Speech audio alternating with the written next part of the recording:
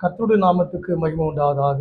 இந்த நல்ல கால வேளையிலே சாரோனின் தரிசனம் டிவி வழியாக உங்கள் எல்லோரையும் சந்திப்பதிலே மிக்க மகிழ்ச்சி அடைகிறேன். கர்த்தர் இந்த டிவி சேனலையும் கர்த்தர் இதை நடத்துகிறதான அருமையான தேவதாசரையும் கர்த்தரை அற்புதமாய் ஆசீர்வதிப்பாராக. இந்த நாளிலே உங்களோடு செய்தியை பகிர்ந்து கொள்வதற்கு முன்பதாக ஒரு சின்ன ஜெபத்தை நாம் ஜெபிப்போம். கண்களை மூடி. கிருபை மிகுந்த எங்கள் நல்ல ஆண்டவரே, இந்த நல்ல காலை வேளையிலே ஆண்டவரே, இந்த அருமையான அப்பா சோத்திரிக்கிறோம். சாரோனின் தரிசனம் டிவி வழியாக இப்படி பிள்ளைகளை சந்திக்கும்படியாய் நீர் பாராட்டி இருக்கிற கிருபைக்காக நன்றி செலுத்துகிறோம். இந்த வார்த்தைகளை கர்த்தர் ஆசீர்வதிப்பீராக. மனுஷன் அப்பத்தினால் மாத்திரமல்ல, தேவனுடைய வாயிலிருந்து புறப்படுகிற ஒவ்வொரு வார்த்தையோடும் பிழைப்பான் என்று எழுதி இருக்கிறது. ஆண்டவரே, உம்முடைய வார்த்தையின் பிரகாரம் இந்த வார்த்தைகளை ஆசீர்வதிப்பீராக. இந்த ஜீவன் உள்ள உயிர்ப்பிக்கிற உற்சாகப்படுத்துகிற நடத்துகிற இந்த வார்த்தைகளை கர்த்தர் ஆசீர்வதிங்கப்பா. தாழ்த்துகிறோம், ஒப்பு கொடுக்கிறோம். இயேசு கிறிஸ்து நாமத்தை எடுக்கிறோம், ஜீவனுள்ள நல்ல பிதாவே, ஆமென். இப்போது நாம் கர்த்தருடைய வார்த்தைக்கு நேராய் கடந்து போகும். ஏசாயா தீர்க்க தரிசன புத்தகம் 37ஆம் அதிகாரம் 20வது வசனம் இப்படியாய் சொல்லுகிறது. நான் வாசிக்கிறேன். இப்போதும் எங்கள் தேவனாகிய கர்த்தாவே, நீர் ஒருவரே தேவன், நீர் ஒருவரே கர்த்தர் என்று பூமியின் ராஜாக்கள் அறியும்படிக்கு எங்களை அவன் கைக்கு நீங்களாக்கி ரட்சியும் என்று விண்ணப்பம் பண்ணினான். இங்க நம்ம வேதத்துல பார்க்கிறோம், இப்படியாய் எழுதப்பட்டிருக்கிறது. அவர்களுடைய கைக்கு நீங்களாக்கி எங்களை ரட்சியும் என்று எழுதியிருக்கிறது. அதுவும் மாத்திரமல்ல, அங்கே போடப்பட்டிருக்கிறது, இப்போதும் எங்கள் தேவனாக நீர் ஒருவரே தேவன் என்று அவர் ஆணித்தனமாக இந்த காரியத்தை அங்கு சொல்லுகிறார்.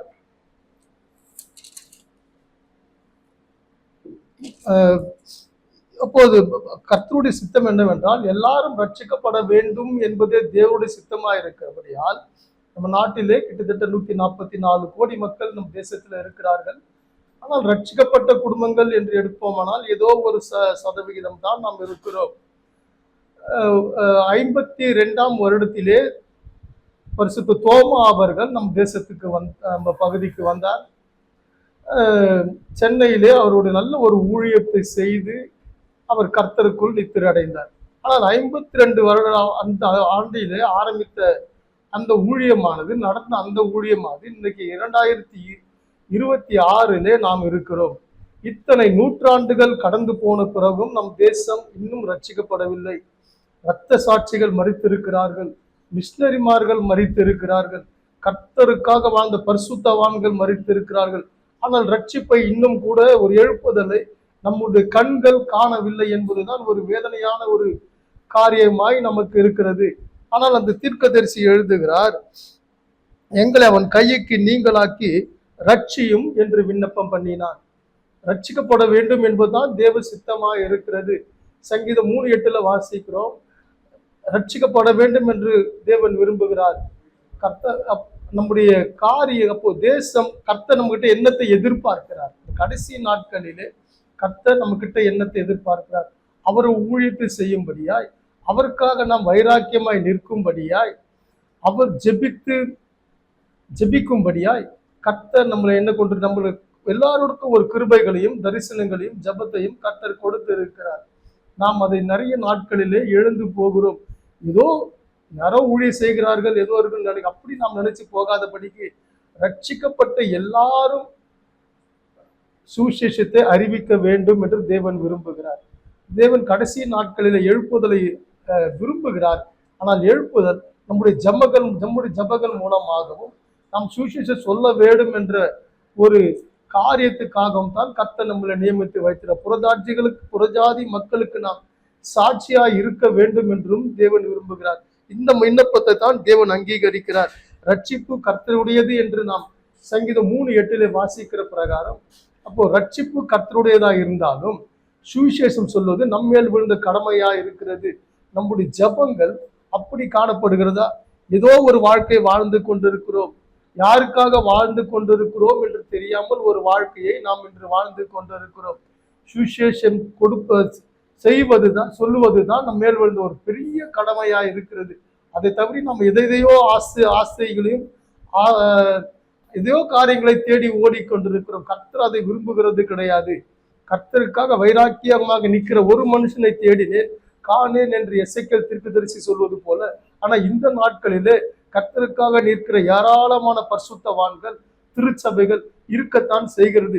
இருந்தாலும் எழுப்புதல் நம் கண்களிலே இன்னும் காண முடியவில்லை. நாம் இதை கொஞ்சம் சிந்தித்து ஆராய்ந்து பார்க்க வேண்டும். எதையோ நம்பி ஓடிக்கொண்டு இருக்கிறோம். எல்லாருடைய வாழ்க்கையிலும் தடுமாற்றம் இருந்தது. தாவீதுடைய வாழ்க்கையிலே ஏகப்பட்ட தடுமாற்றங்கள் இருந்தது. ஆனாலும் வேதம் சொல்ல கர்த்தர் தாவீதோடு இருந்தார். யோசேப்புடைய வாழ்க்கையிலே ஏகப்பட்ட தடுமாற்றங்கள் இருந்தது. தன் சொந்த சகோதரனால் அவன் அடித்து குழியில விடப்பட்ட போதும் அப்போதும் கர்த்தர் யோசேப்போட தான் இருந்தார். அவன் அங்கு எடுத்து விற்கப்படும் போதும் அப்போதும் கர்த்தர் யோசேப்போட தான் இருந்தார். சிறைச்சாலையில் யோசேப்பு இருந்த போதும் அப்போதும் கர்த்தர் யோசேப்போடு தான் இருந்தார். அவன் ஒரு அதிகாரியாக நியமிக்கப்படும் போதும் கர்த்தர் அப்பவும் யோசேப்போடு தான் இருந்தார். ஆனால் நாம் இன்று சூழ்நிலைகளை பார்த்து கொண்டிருக்கிறோம். கர்த்தர் நம் கூட இருக்கிறார், என்ன எதிர்பார்க்கிறார் என்பதை மறந்து போகிறோம். தனக்காக வாழ்ந்து கொண்டிருக்கிறோம். ஆனால் தேவன் அந்த ஒரு வாழ்க்கையை நம்ம இடத்துல விரும்புகிறது இல்லை. எல்லாருக்கும் சுவிசேஷம் சொல்ல வேண்டும் என்ற ஒரு பாரத்தை தான் கர்த்தர் நம்ம இடத்துல எதிர்பார்க்கிறார். அப்படி பாரத்தோடு ஜெபிக்கிற பிள்ளைகளை தான் கர்த்தர் இந்த நாட்களில் தேடிக்கொண்டு இருக்கிறார். ஜனங்கள் ஒரு பக்கம் அழிந்து கொண்டு இருக்கிறார்கள். ஜனங்கள் அழிந்து கொண்டு இருக்கிறார்கள். உலகத்திலே சொல்றார்கள் அது அதிகமாக நரகத்துக்கு போகிற தேசத்து மக்கள் யாருன்னா அது இந்தியா என்று சொல்லுகிறார்கள். வேதனைக்குரிய ஒரு காரியம். ஏன்னா இங்கதான் பல கோடி மக்கள் இந்துக்கள் இன்னும் விக்கிரகாராதனை இருக்கிறார். யார் போய் சுவிசேஷம் சொல்வது? வேதம் சொல்லுகிறது யார் என் காரியமாக போவான்? நாம் ஆண்டவர்கிட்ட கேட்கணும். இல்ல ஆண்டவரே நான் போறேன் ஆண்டவர் அப்படின்னு சொல்லி அர்ப்பணித்து ஆண்டவருக்காக நிற்கிற வைராக்கியமா நிற்கிற திறப்புல நிற்கிற ஆட்களை தான் தேவன் தேடிக்கொண்டு இருக்கிறார். இன்னைக்கு எப்படி இருக்கு யோசிச்சு பார்க்கிறோம். பதவிகளை யோசிச்சு பார்க்கிறோம், பட்டங்களை யோசித்து பார்க்கிறோம், ஆடம்பரமான வாழ்க்கையை யோசித்து பார்க்கிறோம். எதுவும் ஒரு நாள் நம்மளை பரலோகம் கொண்டு போகாது என்பதை நாம் மறந்து போகிறோம். இம்மைக்குரிய ஆசீர்வாதங்கள் இம்மையிலேயே இங்கேயே ஒழிந்து போகும். ஆனா நாம் அதுக்காக தான் நிறைய பேர் ஓடிக்கொண்டிருக்கிறார். அது இல்லை. அந்த 1000 வருடம் அரசாட்சியில ஒரு நாள் ஆண்டவரோடு இருக்கக்கூடிய ஒரு பாக்கியம், அதை நாம் எழுந்து போகாதபடிக்கு அதுக்கு நாம் தகுதி உள்ளவர்களாய் நாம் மாற்றிக்கொள்ள வேண்டும். அநேகரை அதற்காக நாம் தகுதிப்படுத்த வேண்டும். அநேக வாலிப பிள்ளைகள் எப்படிதான் போய் கொண்டிருக்கிறார்கள். ஆஸ்தியம் ஐஸ்வர்யத்தை தேடி ஓடிக்கொண்டிருக்கிறார்கள். வாலிபர்களை கர்த்தர் அதிகமாய் தேடிக்கொண்டிருக்கிறார். ஜெபிக்கிற ஆட்களை கர்த்தர் தேடிக்கொண்டிருக்கிறார். திறப்புல நிற்கிற ஆட்களை கர்த்தர் தேடிக்கொண்டு இருக்கிறார். தாவீது ஆண்டவருக்காக வைராக்கியமாக வாழ்ந்த ஒரு மனுஷன். ஆனால் சில தடுமாற்றங்கள் தாவீதோட வாழ்க்கையில இருக்கத்தான் செய்தது. ஆனாலும் கர்த்தர் அவனுடைய தடுமாற்றத்தை பார்க்கவில்லை. ஆனாலும் அவன் என்ன செய்கிறான் என்பதை கர்த்தர் ஆராய்ந்து பார்த்தார். எல்லா நிலைமையில கர்த்தர் தாவீதோடு இருந்தார். என் இருதயத்துக்கு ஏற்றவன் என்று கர்த்தரால் புகழப்பட்டவனாய் காணப்பட்டான். என் தாசனாகிய தாவீதின் நிமித்தம் ரட்சிப்பேன் அப்படின்னு ஏசாயால வாசிக்கிறோம். என் தாவீதாகிய தாவீதின் நிமித்தம் நான் ஆதரவாய் இருக்கிறேன் என்று கர்த்தர் சொல்லுகிறார். அந்த நிலைமையிலே கர்த்தர் அவனை உயர்த்தி அழகு பார்த்தார். நாம் இன்னைக்கு எதை பார்த்து கொண்டிருக்கோம்? எதை சிந்தித்துக் கொண்டிருக்கோம்? எதற்காக ஓடிக்கொண்டிருக்கிறோம்? நம் வாழ்க்கை எங்கே போய் கொண்டிருக்கிறது? இன்னைக்கு சமுதாயம் எங்கே போய் கொண்டிருக்கிறது? ஆனால் இங்கு வேதம் சொல்லுகிறது, அவர்கள் கைக்கு நீங்கள் அதை ரட்சியம் என்று விண்ணப்பம் பண்ணினான். ரட்சியும் ஆண்டவரே, ரட்சியும் ஆண்டவரே, எங்க தேசத்துக்காக, எங்க சமுதாயத்துக்காக, எங்க சொந்த பந்தங்களுக்காக திறப்புல நிற்க அவங்கெல்லாம் ரட்சிக்கப்பட வேண்டுமே. அந்த தாகம் நமக்குள்ள இந்த நாள்ல காணப்படுமா? ஆண்டவர் ஒரு ஏக்கத்தோட தான் இருக்கிறார். ரட்சிப்பு எல்லார்கிட்டையும் கர்த்தர் ஒரு காரியத்தை எதிர்பார்த்து கொண்டு இருக்கிறார். நாம் அநேக காரியங்களை ஆண்டவரிடத்துல எதிர்பார்க்கிறோம். நிறைய எதிர்பார்த்து காத்துக்கிட்டு இருக்கோம். ஆண்டவர் எனக்கு இது செய்யல, அது செய்யல, அப்படி செய்யல, நான் இவ்வளவு ஜெபம் பண்ண நடக்கல, என் ஜெபம் கேட்கப்பட்டதா இல்லையான்னு கூட தெரியல, என் ஜெபம் ஆண்டவர்கிட்ட போச்சா இல்லையான்னு கூட தெரியல. இப்படி அநேக காரியங்களிலே நாம் புலம்பிக் கொண்டிருக்கிற ஆட்களாய் நாம் இருக்கிறோம். அந்த புலம்பலை எல்லாம் நாம் விட்டு ஆண்டவர் நம்ம கிட்ட என்ன எதிர்பார்க்கிறார், என்ன எதிர்பார்ப்போடு ஆண்டவர் காத்து கொண்டிருக்கிறார். என் பிள்ளை இதெல்லாம் செய்யாதா, என் மகன் இதெல்லாம் செய்ய மாட்டானா அப்படின்னு சொல்லி ஆண்டவர் ஒரு ஏக்கத்தோட காத்து கொண்டு இருக்கிறார். ஜெபிக்கிறது ஒரு பெரிய ஒரு வரம் இருக்கிறது. விழித்திருந்து ஜெபிக்கிறது, அதிகாலையில ஜெபிக்கிறது, மற்றவர்களுக்காக பரிதபிக்கிறது, இதெல்லாம் தான் ஒரு மனுஷனுக்கு ஆசீர்வாதத்தை கொண்டு வருமே தவிர நம் நினைக்கிற காரியங்கள் அது ஒரு பெரிய ஆசீர்வாதத்தை கர்த்தர் கொண்டு வராது. கர்த்தர் கொண்டு வர மாட்டார். தாவீதோட வாழ்க்கையில கர்த்தர் இருந்தார். ஒவ்வொரு நிலைமையில கர்த்தர் அவனை பலப்படுத்தினார். ஒவ்வொரு சூழ்நிலையில கர்த்தர் தாவீதோடு இருந்தார். ஒவ்வொரு சூழ்நிலையில கர்த்தர் யோசேப்போடு இருந்தார். நமக்கு சாட்சியாக நம்முடைய முன்னோர்கள் மரித்து இருக்கிறார்கள்.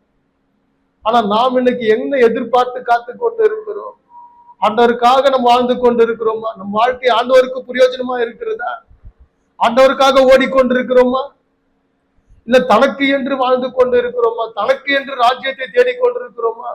தேவ ராஜ்யம் கட்டப்பட வேண்டுமே. அந்த பாரம் எல்லாருக்குள்ள கர்த்தர் எதிர்பார்க்கிறாரு. ஊழியர்களுக்கு மட்டும் இல்லை, ரட்சிக்கப்பட்ட எல்லாரிடத்திலும் கர்த்தர் இந்த காரியங்களை எதிர்பார்க்கிறார். இப்போ நம்ம செய்ய வேண்டியது, தேவன் என்ன எதிர்பார்க்கிறார்? நான் ஒப்பு கொடுக்கணும் ஆண்டவர்கிட்ட. நான் என்ன செய்யணும் ஆண்டவர்? படிப்பு ஒரு மனுஷனை பெரிய ஆசீர்வாதத்துக்குள்ள கர்த்தருக்குள்ள கொண்டு போகாது. உன் ஆஸ்தி ஆண்டவருக்குள்ள பெரிய லெவல்ல அது கொண்டு போகாது. இதெல்லாம் கர்த்தர் ஒவ்வொரு மனுஷனையும் ஆராய்ந்து அறிந்து கொண்டுதான் இருக்கிறார். கர்த்தர் ஒவ்வொருவரும் பார்த்து கொண்டு, கர்த்தருடைய கண்கள் பூமி எங்கும் உலாவிக் கொண்டு இருக்கிறது. வேதம் அதுதான் சொல்லுகிறது. கர்த்தர் பரலோகத்திலிருந்து மனுப்புக்கு தன்னை கண்ணோக்குகிறார். எதற்காக கண்ணோக்குகிறார்? அவருடைய ராஜ்யம் பூமியில கட்டப்படுகிறதா? அவருடைய சுவிசேஷம் சொல்லப்படுகிறதா? அழிந்து கொண்டிருக்கிற மக்களுக்காக சுவிசேஷம் போகிறதா? யார் இவர்களுக்காக கதறி கொண்டு இருக்கிறார்கள்? ஆனா வேதம் அங்கு தெளிவாக சொல்லுகிறது, அவன் கைக்கு நீங்களாகி ரட்சியம் என்று அவன் விண்ணப்பம் பண்ணினான். அப்படி ஜெபிக்கிற பிள்ளைகளை தான் கர்த்தர் தேடிக்கொண்டு இருக்கிறார். சேவான் நினைச்சதை எப்படி ஒன்னாலும் வாழ்ந்து இருக்கலாம். கடைசி காலங்களில் அவன் கல்லெறியப்பட்ட அந்த சூழ்நிலையில ஆண்டவரே என்னை காப்பாத்தோன்னு ஒரு வார்த்தை கேட்டு இருக்கலாம். இன்னும் கொஞ்சம் ஆயுஷ் நாட்கள் எனக்கு கூட்டி கொடுங்க ஆண்டவரே, நான் வாலிபத்தில் இருக்கிறேன் கேட்டு இருக்கலாம். ஆனால் அந்த ஆசீர்வாதங்கள் அவன் கேட்கவில்லை. ஆண்டவரை என்ன செய்கிறார் என்று செய்கிறார்கள் ஆண்டவர், அவர்களை மன்னியும் ஆண்டவர், அவளை ரட்சியும் ஆண்டவர். அவனுடைய அந்த கடைசி வாஞ்சை தான் பரலோகம் அவனை வரவேற்றது. அவனுடைய மரணம் ஒரு ஆசீர்வாதமாய் மாறியது. சேவானுக்குள்ள இருந்த ஒரு வைராக்கியம் நம்ம வாலிப பிள்ளைகளுக்கு இருக்குதா? அப்படிப்பட்ட வாலிப பிள்ளைகளை தான் கர்த்தர் இந்த நாட்களில் தேடிக்கொண்டு இருக்கிறார். சேவானுக்குள்ள இருந்த அந்த ஒரு வைராக்கியம் நமக்குள்ள இந்த நாளிலே காணப்படும். அண்ணாந்து ஒவ்வொரு நாளும் ஆண்டவரை பார்க்கிற ஒரு ஆளாய் காணப்பட வேண்டும். இயேசு ஒரு காட்டு வழியாய் நடந்து வருகிறார். சகேயு காட்டத்தி மரத்திலே ஏறி உட்கார்ந்து கொள்ளுகிறார். அவனுக்கு ஒரே ஒரு ஆசைதான், இயேசுவை பார்க்க வேண்டும், இயேசுவை பார்க்க வேண்டும். அந்த காட்டுல எத்தனையோ மரம் இருக்குது, தேக்கு மரம் இருக்குது, சந்தன மரம் இருக்குது, ஒலிவ மரம் இருக்குது, ஏராளமான விலை உயர்ந்த மரங்கள் இருக்குது. அவன் அங்கெல்லாம் போய் ஏறல. அவன் ஏறணும் யாருமே ஒதுக்கப்பட்ட, யாருமே எண்ணி பார்க்காத ஒரு காட்டத்தி மரத்திலே அவன் ஏறினான். இயேசு அவனை அண்ணாந்து பார்த்தார். இயேசு அண்ணாந்து பார்த்தார். சீக்கிரம் இறங்கி வா என்றார். உடனே கீழே இறங்கி வந்தான். கீழே இறங்கி வந்தவன் இயேசு ஹைட்டா இருக்கிறாரு, இவன் குள்ளமா இருக்கிறான். ஃபேஸ் டு ஃபேஸ் பார்க்க முடியாது, ஃபேஸ் டு ஃபேஸ் பார்க்க முடியாது. இப்போ அவர் முகத்தை அவன் அண்ணாந்து பார்க்கிறான். அவர் முகத்தை இப்போ இவன் அண்ணாந்து பார்க்கிறான். இன்னைக்கு நாம் ஒவ்வொரு நாளும் இயேசுவை அண்ணாந்து பார்த்து கொண்டிருக்கிறோம். ஒரு மகிமை இல்லாத ஒரு காட்டத்தி மரம் அந்த நாளிலே மகிமைப்பட்டது. காட்டத்தி மரத்தை பத்தி பேச ஆரம்பித்தார்கள். அதுவரை அந்த மரத்தை எல்லாரும் அற்பமாய் எண்ணினார்கள். அந்த மரத்தை ஒரு பொருட்டாவே எனக்கு யாரும் என்றது கிடையாது. ஆனால் அந்த மரம் தான் ஒரு மனுஷனுடைய வாழ்க்கையில ரட்சிப்பை கொண்டு வர ஒரு காரணமாகவும் இருந்தது. இன்னைக்கு இயேசு எல்லா நிலைமையிலையும் தன்னுடைய ஒவ்வொரு அற்புதங்களுக்கும் முன்பாக பிதாவானவரை கண்ணோக்கி பார்த்து, தேவனே உங்களுடைய சித்தம் என்ன ஆண்டவர், உங்களுடைய சித்தத்தை செய்ய மாத்திரம்தான் நான் வந்தேன். உங்களுடைய சித்தம் என்ன அப்படின்னு ஒவ்வொரு நாளும் தேவன் கேட்டது போல நான் ஒவ்வொரு நாளும் ஆண்டவரிடத்துல கேட்க வேண்டியது, ஆண்டவரே உங்களுடைய சித்தம் என்ன ஆண்டவர்? இதோ எல்லாரும் வாழ்கிறார்கள், எல்லாரும் பிறக்கிறார்கள், அது இல்லை. அதற்காக கர்த்தர் நம்ம அழைக்கப்படவில்லை. எல்லாருடைய வாழ்க்கையிலும் தனிப்பட்ட வாழ்க்கையில் கர்த்தர் ஒரு சித்தத்தை வைத்திருக்கிறார். தேவ சித்தத்தை அறிந்து தேவனுக்காகவே நாம் பிரயோஜனமாக இருக்க வேண்டும் என்று ஒவ்வொருவரும் எண்ணிக்கொள்ளுங்கள். உங்களுடைய சிந்தனைகளை மாற்றுங்கள், உங்களுடைய எண்ணங்களை மாற்றுங்கள். ஒரே ஒரு வாழ்க்கை, ஒரே ஒரு வாழ்க்கை. அந்த வாழ்க்கையில தேவ சித்தம் என்ன? நம் வாழ்க்கையில தேவனுடைய சித்தம் என்ன? எதற்காக கர்த்தர் நம்மளை தாயின் கர்ப்பத்திலே கண்டுபிடித்தார்? எதற்காக கர்த்தர் நம்ம அழைத்தார்? என்ன நோக்கம் நம்மை கொண்டு வைத்திருக்கிறார்? என்ன எதிர்பார்க்கிறார்? தேவ தரிசனம் என்னை குறித்து என்ன? ஒவ்வொருவரும் நம் கடைசி நாட்களிலே இருக்கிறோம். ஆராய்ந்து பார்க்க வேண்டிய ஒரு காரியத்திலே இருக்கிறோம். சிந்தித்து பார்ப்போம். கடைசி நாட்களுக்கு வந்து விட்டோம். அவர் சொன்ன எல்லா காரியங்களும் பூமி நடந்து கொண்டுதான் இருக்கிறது. ஒரு பக்கம் அழிவும் நாசமும் போய்கொண்டுதான் இருக்கிறது. தேசங்கள்ல அழிந்து கொண்டுதான் இருக்கிறது. மக்கள் திரளாய் மாண்டு கொண்டுதான் இருக்கிறார்கள். தேசங்கள் சண்டைகளும் சச்சரவுகளும் நடந்து கொண்டுதான் இருக்கிறது. வேதத்தில் சொல்லப்பட்ட எல்லா காரியமும் நடந்து கொண்டுதான் இருக்கிறது. கடைசி காலத்தை நாம் நெருங்கி கொண்டு இருக்கிறோம். நம்மளை கொண்டு என் தேவ சித்தம் என்ன? நாம் இந்த நாட்களில் ஆராய்ந்து பார்க்க வேண்டும். தேசத்துக்காக கதறுகிற மக்களாய் காணப்பட வேண்டும். ஆண்டவரே எங்களுடைய ஜபங்கள் உங்களுடைய சமூகத்துல புரிதியாய் காணப்பட வேண்டும். ஒவ்வொரு நாளும் நம்முடைய ஜபங்கள் ஒவ்வொரு நாளும் புரிதியாய் காணப்படும். அதிகாலையில் திடீர்னு கண்டறிங்க. எவ்வளவு காலையில் இருந்துக்கிறோம்? 3 மணிக்கு இவ்வளோ காலையில எழுது உலகமே தூங்குகிற அமைதியாக இருக்கிற ஒரு சூழ்நிலையில தேவனை நாம் தேடி பாருங்க. இந்த தேவனுக்கு ஒரு உகந்த நேரம், ஒரு நேரத்தை ஆண்டவருக்காக ஒதுக்கு. ஃப்ரெண்ட்ஸுகளுக்காக ஜோம் பண்ணுங்க. நாங்க கரெக்டா தான் இருக்கிறோம் பாஸ்டர், நாங்க சத்தியத்துல தான் இருக்கிறோம் பாஸ்டர், நாங்க ஆண்டவருக்குள்ளதான் இருக்கிறோம் பாஸ்டர் அப்படின்னு நிறைய பேர் சொல்றாங்க. நான் ஏற்றுக்கொள்ளுகிறேன். ஆனால் உங்கள் சந்ததி எங்கே போய் கொண்டிருக்கு? உங்க சொந்த பந்தங்கள் எங்கே போய் கொண்டிருக்கு? உன் உடன்பிறப்புகள் எங்கே போய் கொண்டிருக்கு? அதற்காக சிந்திச்சீர்களா? உங்களுடைய தனிப்பட்ட வாழ்க்கையை மட்டும் பார்க்கிறீர்கள். அவங்க வாழ்க்கையும் கர்த்தர் உங்களிடத்துல தான் கணக்கு கேட்பார். உங்களிடத்துல தான் கர்த்தர் கணக்கு கேட்பார். அது எந்த ஒரு சூழ்நிலையும் நீங்கள் மறந்து விடக்கூடாது. எந்த சூழ்நிலையும் நீங்கள் மறந்து விடக்கூடாது. ஆண்டவரே நான் ஜெபிக்கிறேன், ஆண்டவரே நான் நேரத்தை ஒதுக்கி ஜெபிக்கிறேன். என் ஜெபங்களை நீர் ஏற்றுக்கொள்ளும் ஆண்டவர். என் விண்ணப்பங்களுக்கு பதில் கொடும் ஆண்டவர். தாவீது ஒவ்வொரு நாளும் அப்படித்தான் ஜெபம் பண்றாரு. ஆண்டவரே என்னுடைய ஜெபத்துக்கு பதில் கொடும் ஆண்டவர். நம்முடைய பதில் கர்த்தர் செய்கிற அற்புதங்களையும் அடையாளங்களையும் முதலாவது நம்முடைய கண்கள் காண வேண்டும். யாரோ இல்லை, நம் கண்கள் காண வேண்டும். நம்மளுடைய ஜெபங்கள் அப்படிதான் காணப்பட வேண்டும். இந்த சாரோனின் தரிசனம் டிவிக்காக ஜெபித்துக் கொள்ளுங்கள். ஐயா அவர்கள் ஒரு தரிசனத்தோடு எல்லாரும் ரட்சிக்கப்பட வேண்டும், எல்லாருக்கும் இந்த இயேசுவின் அன்பு போய் சேர வேண்டும் அப்படின்ற ஒரு பாரத்தோடு, ஒரு தாகத்தோடு, ஒரு தரிசனத்தோடு, ஒரு ஜெபத்தோடு இந்த சாரோனின் தரிசனம் டிவி ஆரம்பிக்கப்பட்டிருக்கிறது. அநேகருக்கு இதை கொண்டு போகும். அநேகத்தின் மூலமா தொடப்படட்டும். அநேகத்தின் மூலமா ஜெபிக்கிற பிள்ளைகள் எழும்பட்டும்.